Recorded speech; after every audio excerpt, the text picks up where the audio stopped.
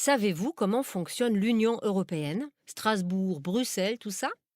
J'étais comme vous. Alors j'ai voulu comprendre. Après la Seconde Guerre mondiale, deux idées prédominent en Europe. Reconstruire l'Allemagne et ne plus jamais se faire la guerre.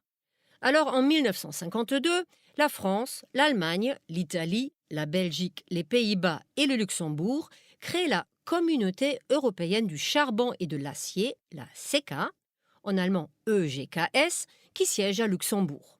Plus de douane pour le charbon et l'acier et un contrôle mutuel pour qu'aucun des pays ne puisse s'armer secrètement contre les autres.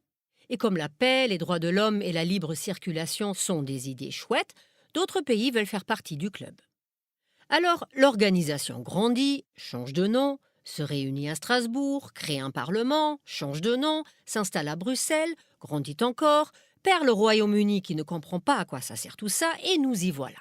27 pays, 450 millions de citoyens, 24 langues et des centaines de commissaires, d'assistants, d'interprètes et de députés qui font la navette entre Bruxelles et Strasbourg pour, pour faire quoi? Des lois, pour améliorer la vie des Européens.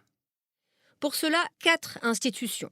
Le Conseil européen, le Conseil de l'Union européenne, la Commission européenne et le Parlement européen. Pas de panique, je vous explique.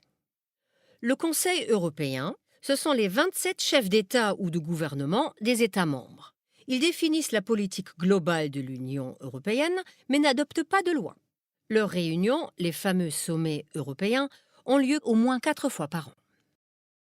Le Conseil de l'Union européenne réunit les ministres des pays membres selon des thématiques concrètes.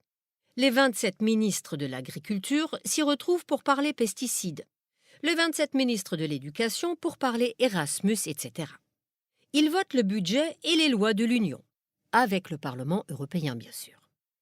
Le Conseil de l'Union européenne et le Conseil européen siègent à Bruxelles, dans un bâtiment qui la nuit ressemble à un cube avec un œuf dedans. La Commission européenne est juste en face, dans un bâtiment qui ressemble vu d'en haut à un moulin à vent. C'est un peu le gouvernement de l'Union. Il y a un président élu par le Parlement européen et 26 commissaires avec 26 portefeuilles, donc des domaines de compétences comme des ministres.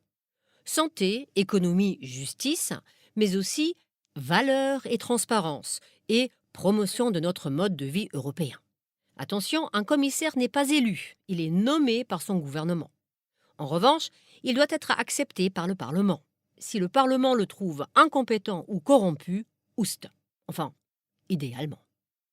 Les commissaires consultent les gouvernements nationaux, des experts, des groupes d'intérêt, etc., pour proposer des règlements et des directives au Parlement et au Conseil qui doivent se prononcer pour ou contre.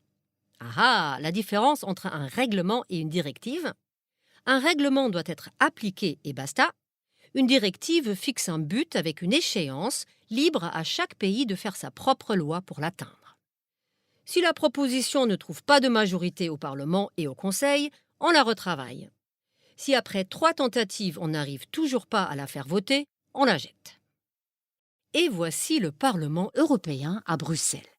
Ces 705 eurodéputés représentent les citoyens qui les ont élus lors des élections européennes. Donc vous et moi. Ces députés ne se réunissent pas par nationalité, mais par affinité politique, en 7 groupes.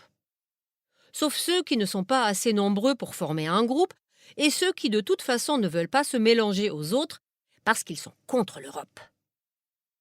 Maintenant, il faut travailler. Soit dans son groupe politique, soit dans l'une des 20 commissions parlementaires, pour améliorer les propositions de loi de la Commission, afin qu'elle puisse trouver une majorité lors du vote. Ce vote se passe d'ailleurs dans l'hémicycle de Strasbourg. Il accueille les députés et leur staff tous les mois pendant 4 jours. Le reste du temps, ils sont à Bruxelles, sauf le vendredi qu'ils